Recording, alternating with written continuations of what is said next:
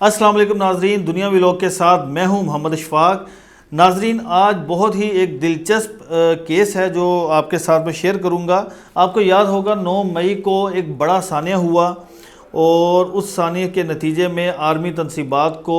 نشانہ بنایا گیا۔ پاکستان تحریک انصاف کے کارکنان اور رہنماؤں نے آرمی تنصیبات پر حملہ کیا، اور اس وقت متعدد جو اس واقعے کے ذمہ داران ہیں یا اس واقعے میں ملوث ہیں، ان کے خلاف متعدد عدالتوں میں کیسز ان کے خلاف چل رہے ہیں اور ان کی سماعت بھی جاری ہے۔ لیکن ایک واقعہ اس دوران دب گیا، آپ یہ کہہ سکتے ہیں، چونکہ آرمی تنصیبات پاکستان کی تاریخ میں پہلی مرتبہ ایسا ہوا کہ کسی سیاسی جماعت نے آرمی تنصیبات پر حملہ کیا، تو یہ واقعہ دب گیا۔ اب یہ واقعہ اس طرح سے باہر نکلا ہے کہ چونکہ عدالت کی جانب سے تحریری آرڈر جاری کر دیا گیا ہے، تو یہ واقعہ اب سامنے آیا۔ تو واقعہ بہت دلچسپ ہے۔ واقعہ یہ ہے کہ سپریم کورٹ کے جج جسٹس سید مظاہر علی اکبر نقوی صاحب کا جو ان کے سکواڈ کے جو انچارج ہیں دلاور بٹ، وہ اپنے گن مین محمد آصف، امین، ساجد اور احسان، جبکہ ڈرائیور ظفر اقبال کے ہمراہ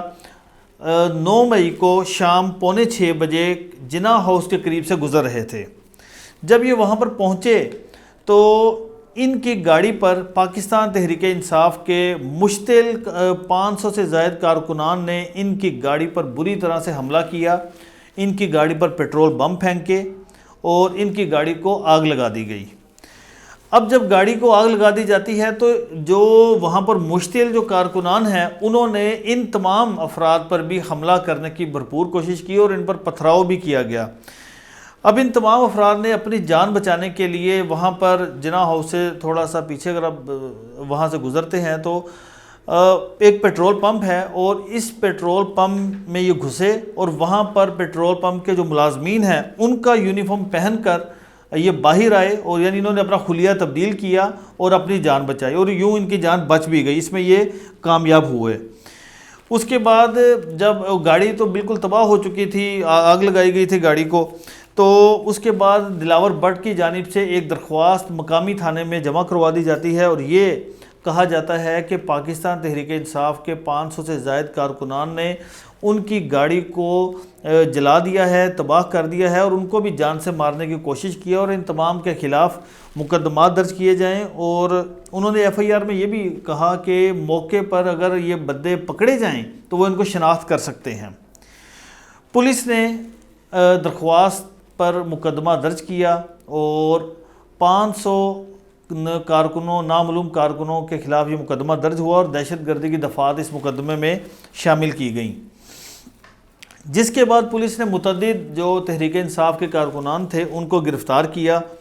گرفتار کرنے کے بعد جب شناخت پریڈ پر منتقل کیا تو اس مقدمے میں 5 ملزمان کو نامزد کیا گیا تھا، جس میں ایک خاتون روبینہ جمیل شامل ہیں اور 4 دوسرے لوگ ہیں، اور ان 5 کو اس مقدمے میں ابتدائی طور پر جو فوٹیجز سے دیکھ کر پولیس نے ان کو نامزد کیا، جس کے بعد ان 5 ملزمان کو شناخت پریڈ کے لیے جیل بھجوایا گیا اور سارا انتظام کیا گیا شناخت پریڈ کے لیے۔ تو اس موقع پر جو گواہان تھے جسٹس مظاہر علی اکبر نقوی کے سکواڈ کے جو گن مین ہیں، اور اس کے علاوہ جو ان کے سکواڈ کے انچارج ہیں دلاور بٹ، انہوں نے باقی 4 ملزمان کو تو شناخت نہیں کیا، لیکن روبینہ جمیل کی شناخت انہوں نے کر دی۔ انہوں نے یہ کہا کہ روبینہ جمیل نے ان کی گاڑی پر پیٹرول بم پھینکا۔ اب جب شناخت نہیں ہوئی تو لاہور کی انسداد دہشت گردی کی خصوصی عدالت میں ان 5 ملزمان کی جانب سے درخواست ضمانتیں فائل کی گئی تھیں، اور یہ کہا گیا تھا کہ ان کو رہا کیا جائے۔ تو عدالت نے شناخت پریڈ کے دوران شناخت نہ ہونے والے جو 4 ملزمان ہیں ان کی ضمانتیں منظور کر کے انہیں رہا کرنے کے احکامات جاری کیے، لیکن روبینہ جمیل کی شناخت کر دی گئی اور بتایا گیا کہ انہوں نے پیٹرول بم پھینکا تھا۔ عدالت نے روبینہ جمیل کی درخواست ضمانت بعد از گرفتاری خارج کر دی۔ اب آ جاتے ہیں کہ روبینہ جمیل کون ہے۔ تو روبینہ جمیل سابق ایم این اے ہیں اور سابق کور کمانڈر کی اہلیہ بھی ہیں، اور اس حوالے سے جو یہ مقدمہ درج کروایا گیا تھا، جیسا کہ میں نے پہلے کہا کہ یہ سپریم کورٹ کے جج جسٹس مظاہر علی اکبر نقوی کے اسکواڈ کے جو انچارج ہیں دلاور بٹ، ان کی جانب سے یہ مقدمہ درج کیا گیا، اور اس مقدمے میں روبینہ جمیل ابھی تک جیل میں ہیں، اور اس حوالے سے لاہور کی انسداد دہشت گردی کی خصوصی عدالت کے جج اعجاز احمد بٹر نے تحریری فیصلے میں یہ لکھا کہ روبینہ جمیل پر پیٹرول بم پھینکنے کا الزام تھا، اور اس حوالے سے ان کی شناخت ہوئی ہے، اور اسی بنیاد پر ان کی یہ ضمانت خارج کی جاتی ہے۔ تو ناظرین، یہ وہ واقعہ تھا جو اس واقعے کے نیچے دب گیا، اور جو ابھی تک جو باقی جو ملزمان ہیں ان کے ٹرائل جاری ہیں۔ اب چونکہ عدالت کی جانب سے یہ تحریری آرڈر سامنے آیا ہے تو اسی لیے آپ سے یہ آرڈر شیئر کیا۔ اور آج کا ایک اور بہت بڑا واقعہ ہے،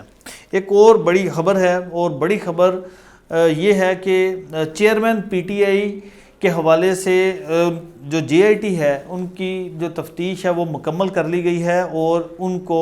چیئرمین پی ٹی آئی کو جناح ہاؤس حملہ کیس، جلاؤ گھراؤ سمیت مجموعی طور پر 5 مقدمات درج ہوئے تھے، جس میں ان کو قصوروار قرار دیا گیا ہے۔ یہ خبر تو ناظرین اس حوالے سے آپ کے سامنے آ گئی ہوگی، لیکن ایک اہم ڈیولپمنٹ یہ ہوئی ہے، ایک اہم انکشاف ہوا ہے۔ انکشاف یہ ہوا ہے کہ اسپیشل پراسیکیوٹر فرحاد علی شاہ نے یہ انکشاف کیا ہے کہ جب جے آئی ٹی کی ٹیم عمران خان کے پاس تفتیش کے لیے گئی تو اس حوالے سے عمران خان نے جے آئی ٹی کے افسران کو دھمکایا، اور یہ کہا کہ اگر وہ دوبارہ وزیر اعظم بن گئے، ان کی حکومت آ گئی تو آپ میں سے کوئی بھی نہیں بچے گا اور کسی کو بھی نوکری پر نہیں چھوڑیں گے۔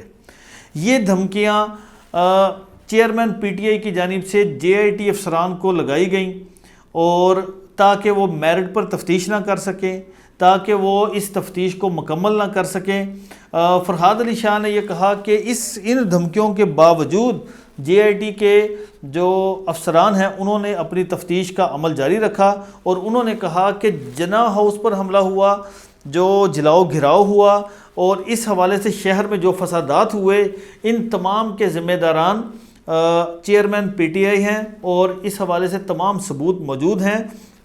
اور اسی بنیاد پر انہوں نے عدالت سے چیئرمین پی ٹی آئی کی عبوری ضمانت خارج کرنے کی استدعا کی ہے۔ اب عدالت کی جانب سے اس حوالے سے کیس کی سماعت 8 اگست تک ملتوی کی گئی ہے، اور ساتھ ہی ساتھ وکلاء کو یہ کہا گیا ہے کہ آئندہ سماعت پر اس حوالے سے